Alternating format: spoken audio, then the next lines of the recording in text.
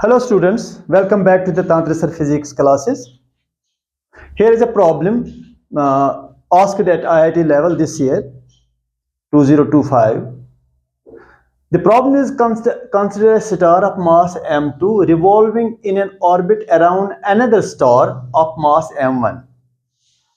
Given condition is m1 is greater than m2. ये मतलब note कर लो ये m1 is greater, not only greater but greater than m2.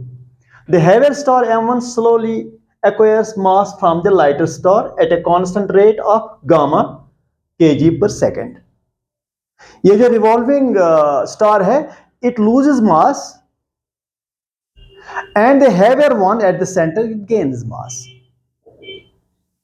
हमें ये निकालना है 1/r dr by dt. मतलब ये जो ऑर्बिट है, इस लाइटर स्टार का जो ऑर्बिट है उसका at what rate it is changing 1/r dr by dt.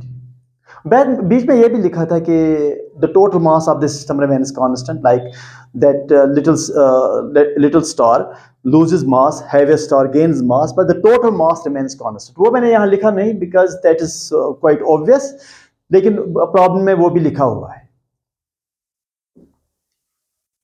ये प्रॉब्लम बहुत सारे लोगों ने किया भी है नेट पर, लेकिन एक छोटा सा प्रॉब्लम है, सिंपल सा कॉन्सेप्ट है, इसको बहुत ही एक्सजरेट उन्होंने किया है. They have exaggerated it out of all proportions. कुछ सोल्यूशन मैंने देखे, बहुत लंबे सॉल्यूशंस है, और फिर कंट्रोवर्सी भी है कि नेगेटिव है भी कि नहीं. इसलिए इट इंटरेस्टेड मी कि I wanted to find whether this negative is there और नॉट.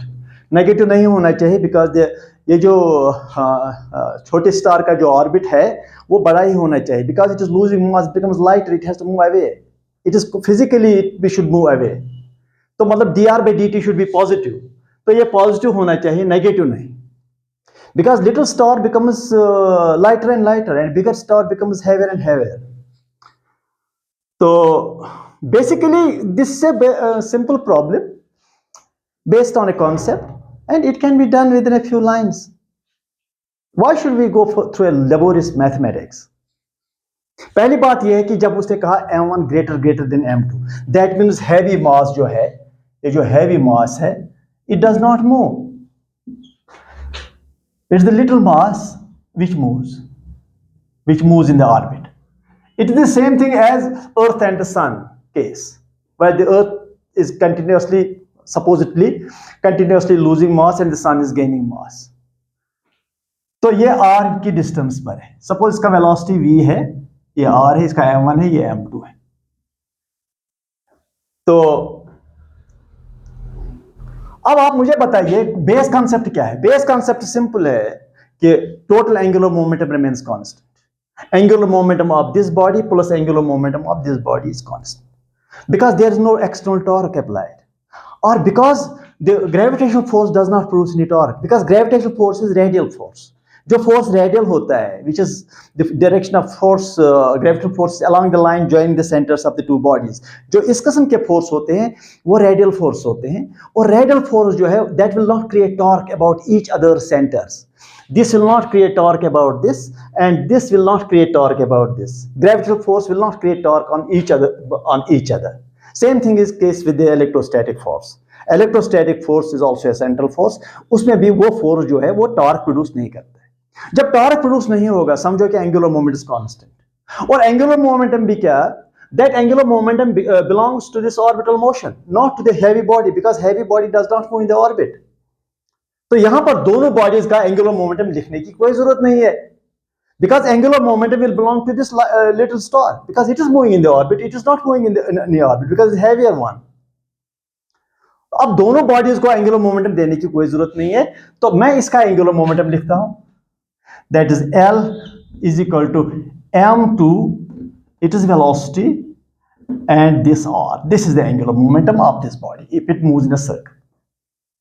अब मैं इसको सॉल्व करूंगा, बस स्टार्टिंग पॉइंट भी यही है और एंड पॉइंट भी यही होगा. तो यहां पर इस कॉन्सेप्ट सिर्फ यही है कि total angular momentum of the system remains constant. अब ये कह रहे हैं कि it emits mass and that goes in this spiral and then it is received, वो कोई जरूरत ही नहीं है, you don't need that. और फिर इस सॉल्यूशन को भी देखना, और बाहर जो नेशनल लेवल के जो टीचर्स हैं उनके सोल्यूशन भी देखना और कंपेयर करना।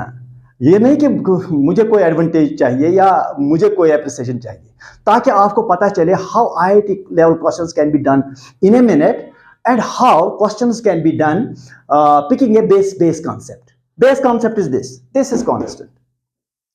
Okay, now let me solve this. L is equal to just m2. Okay, what is given? Given is this loses mass dm2 by dt. It loses mass is equal to minus gamma. This gains mass, the heavier one at the center, so dm1 by dt is equal to plus gamma. Because it loses mass at this rate, it gains mass at the same rate, because the rate at which it loses mass, this is the rate at which it will gain mass, because the total mass has to remain constant. Okay, now it's m2, lighter mass. Velocity, you know, what is the velocity of the orbital motion of any orbiting gravitational object? That is g, उसमें ये m1 है central body जो है, by r and this r. तो अब मैं लिखूंगा L is equal to, okay, that is m2 root g root m1, और यहां बाहर रूट के तो ऊपर रूट r होगा. ठीक, तो ठीक है, मैं L स्क्वायर करता हूं, L स्क्वायर, ताकि ये रूट खत्म हो जाए. m2 स्क्वायर, नहीं भी करो वो भी चलेगा, इसमें क्या है, g m1 r. तो ये मैंने ऐसे लिखा.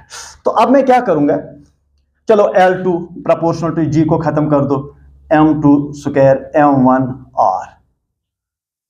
इस r को स्मॉल दूसरे तरीके से लिखो ताकि ये उस गामा के साथ कंफ्यूज ना हो.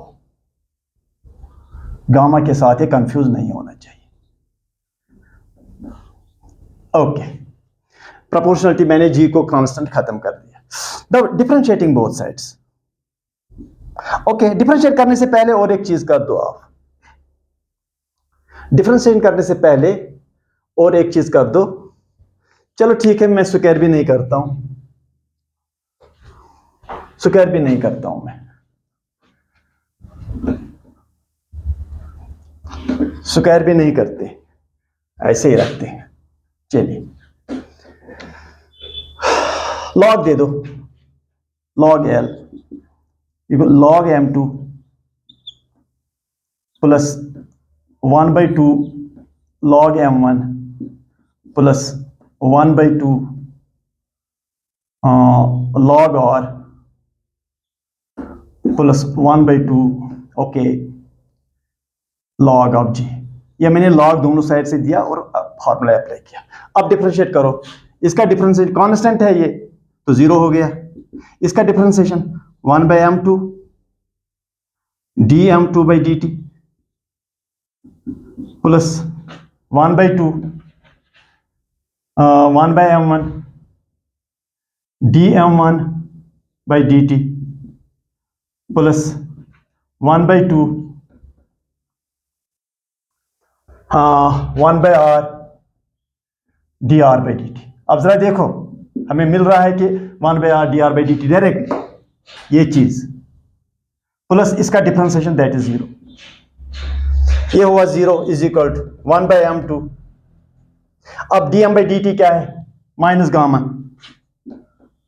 Plus 1/2 m1. इसका क्या है, plus gamma, because it receives mass, it gains mass per second, plus 1/2 1/r dr by dt. फिलहाल ठीक है ये. चलिए, तो अब इसको मैं राइट साइड लेफ्ट साइड को लेता हूं.